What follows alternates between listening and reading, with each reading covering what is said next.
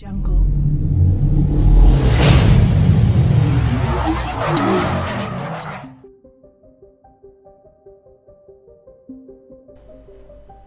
Hola, muy buenas a todos de Auto Superior. Chicos, en este vídeo vamos a hablar un poco sobre los tipos de bujías que existen en el mercado, sus diferencias y cómo identificarlos. La bujía. ¿Cuál es la principal función de la bujía? La principal función de una bujía es emitir una chispa a través del mismo electrodo e introducirla en el mismo cilindro. Su papel es fundamental en un motor de gasolina. Es encargado de encender la mezcla de aire y combustible. La calidad de este encendido es fundamental para el funcionamiento óptimo del mismo motor. Independientemente de las diferentes marcas de bujías que existen hoy por hoy en el mercado, hay otros factores que diferencian las mismas que voy a explicar a continuación. Una de las primeras cosas que tenemos que fijarnos a la hora de elegir una bujía para nuestro coche es que llevamos las bujías correctas montadas en nuestro motor, en caso de un coche de segunda mano. Por eso tenemos que recurrir al manual del fabricante o consultar el concesionario local para confirmarlo. Cuando ya estamos seguros qué tipo de bujía lleva nuestro coche, una de las primeras cosas en que se diferencian las bujías en su exterior es el tipo de asiento, el tamaño de hexagonal y la longitud de la misma rosca, entre otras, claro. Hay dos tipos de asientos. Las más utilizadas son con asiento plano. Estos son las bujías que llevan arandela. Este tipo de bujía vienen con su arandela montada previamente.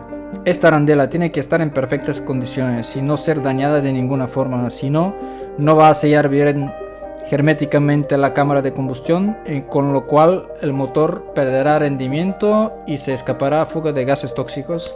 Se recomienda el montaje de este tipo de bujía con una llave dinamométrica. Si no disponéis de una llave dinamométrica, su torque es de 90 grados para las bujías nuevas o una cuarta de vuelta y 15 grados para las bujías viejas. Aquí una cosa muy importante: en las bujías de asiento plano con arandela, la mayoría de ellas son de torque de 90 grados, pero también hay bujías que alcanzan hasta 270 grados de torque. Por eso, para evitar errores, se recomienda verificar y utilizar las indicaciones que está en el mismo embalaje de la bujía o consultar el manual. El otro tipo es con asiento cónico, sin arandela. Este tipo de bujías tenéis que tener cuidado con ellos a la hora de montar y apretar la misma, y en especial los motores con cabeza de aluminio.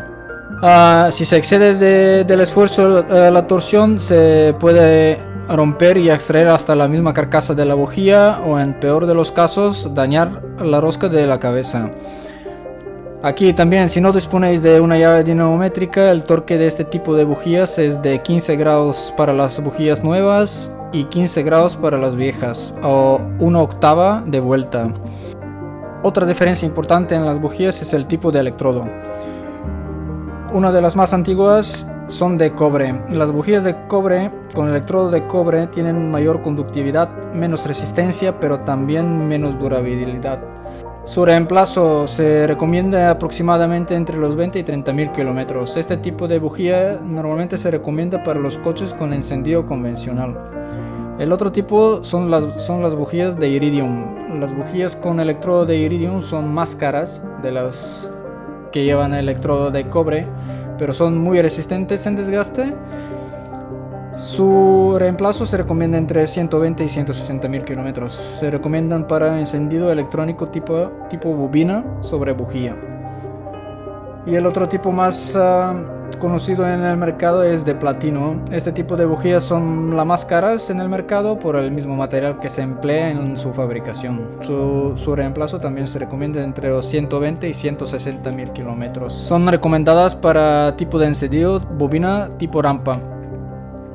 El otro factor muy importante en una bujía es el grado térmico o la capacidad de la misma para disipar el calor. También se llaman bujías frías o calientes. El rango térmico es muy importante a la hora de elegir una bujía. Los motores alcanzan temperaturas diferentes de trabajo. Para compensar esta temperatura, esta variación, y mantenerlos en la temperatura adecuada, a sus necesidades, las bujías absorben y ayudan a disipar el calor según la exigencia del mismo motor. Los motores más potentes y de mayor rendimiento trabajan con una temperatura muy alta y por lo tanto necesitan una bujía que disipe el calor de la cámara de combustión más rápidamente, es decir, una bujía fría con un grado térmico bajo. En cambio, los vehículos antiguos operan con una temperatura más baja y de esta forma requieren una bujía que haga la disipación del mismo calor más lentamente, es decir, una bujía caliente con un grado térmico alto. La aplicación incorrecta de una bujía demasiado fría en un motor que exige bujía más caliente provoca fallos de encendido. El mismo motor trabajando en una temperatura baja, la bujía acumula un hollín en el pie del mismo aislador de la bujía, provocando fallas en el encendido e incluso hasta impidiendo la formación de la misma chispa. Por otro lado, una bujía demasiado caliente instalada en un motor que exige una bujía más fría provoca encendido por la incandescencia o, con otras palabras, autoencendido. La bujía puede sobrecalentarse y su contacto con la mezcla de aire y combustible puede provocar un autoencendido, sobrecargando y dañando el mismo motor. El siguiente factor, y no menos importante, es si llevan o no resistencia interna a las bujías. Normalmente esta resistencia es entre 5 y 6 kiloohmios o 5000 y 6000 ohmios. Un valor con una diferencia grande de estos valores significa que la bujía ya no sirve.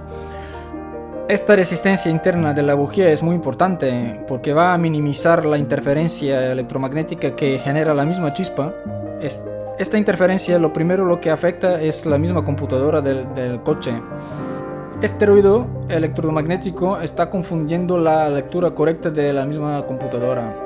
También puede afectar otros sistemas como el estéreo, por ejemplo, que en algunos casos se transmite a través de los altavoces mismos y se puede hasta escuchar la misma interferencia de la bujía. A continuación voy a poner una ficha técnica de una bujía, para un ejemplo, para que veáis los parámetros que pone en ella y de tal forma podéis identificar cada una bujía. Como podéis observar, las letras que están grabadas normalmente en la misma bujía, las primeras dos letras en este caso significan la primera el diámetro de la rosca, la segunda letra el tamaño de hexagonal. Como podéis observar son diferentes medidas. La segunda lectura, que es el R, es en este caso que es tipo de resistencia, que lleva resistencia a la misma bujía. Como podéis observar, las otras letras significan L, por ejemplo, tipo compacto Bantam y el resto. El otro factor que es uno de los importantes, el número. Esto es el grado térmico de la misma bujía. En este caso es una bujía caliente. La letra E, en este caso, eso significa el tipo de la bujía, el asiento de la bujía, si es cónico, plano, y la medida y la misma longitud de la rosca. Y X, esto significa la configuración misma de la punta de encendido. Asiento cónico, si el electrodo de masa es oblicuo, si lleva 2 electrodos de tierra, 3 electrodos de tierra, 4 electrodos de tierra, etc. Y las últimas cifras, eso es la calibración. Normalmente es la calibración de la misma bujía, del mismo gap de la bujía, que viene en milímetros. Y otra cosa, antes de montar, digamos, una bujía, tenemos que comprobar, digamos, la distancia entre los electrodos. Antes de montar una bujía, en nuestro coche, tenemos que asegurarnos de que la distancia entre el electrodo masa y el electrodo central cumple con las especificaciones de la misma. Normalmente vienen ajustadas, pero se recomienda revisarlos que no han sufrido ningún tipo de daño. Los tipos de bujía con múltiple electrodo de masa no se recomienda calibrar. Esta distancia es fundamental para la producción eficaz de la misma chispa y la perfecta combustión. Para verificar la medida exacta hay una herramienta específica que se llama un calibrador de bujías. Cuando tenemos las bujías ya verificadas, podemos proceder a su instalación. Su correcta instalación se realiza siempre manualmente con una llave para bujía o una llave dinamométrica, pero nunca se usan otras herramientas que producen mucha fuerza y pueden dañar hasta el mismo motor. Un vaso apropiado o una llave para la correcta instalación de las bujías tiene en su interior una goma que mantiene la misma bujía fija en el mismo vaso. Esto es muy importante. De esta manera se evita que la bujía se escape de la mano y pueda cerrar la distancia entre los electrodos. En muchos motores multivalvulares, la bujía se encuentra instalada entre los dos árboles de levas, lo que dificulta su instalación. Cuidado con esto.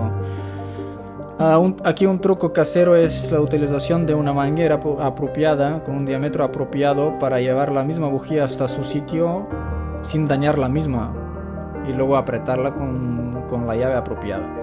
Esto ha sido todo, chicos, de este vídeo de hoy. El próximo vídeo vamos a hablar también sobre las bujías, pero esta vez vamos a hablar sobre el aspecto de las bujías y identificar posibles averías en el motor dependiendo del aspecto de la misma bujía. Así que eso ha sido todo, hasta la próxima.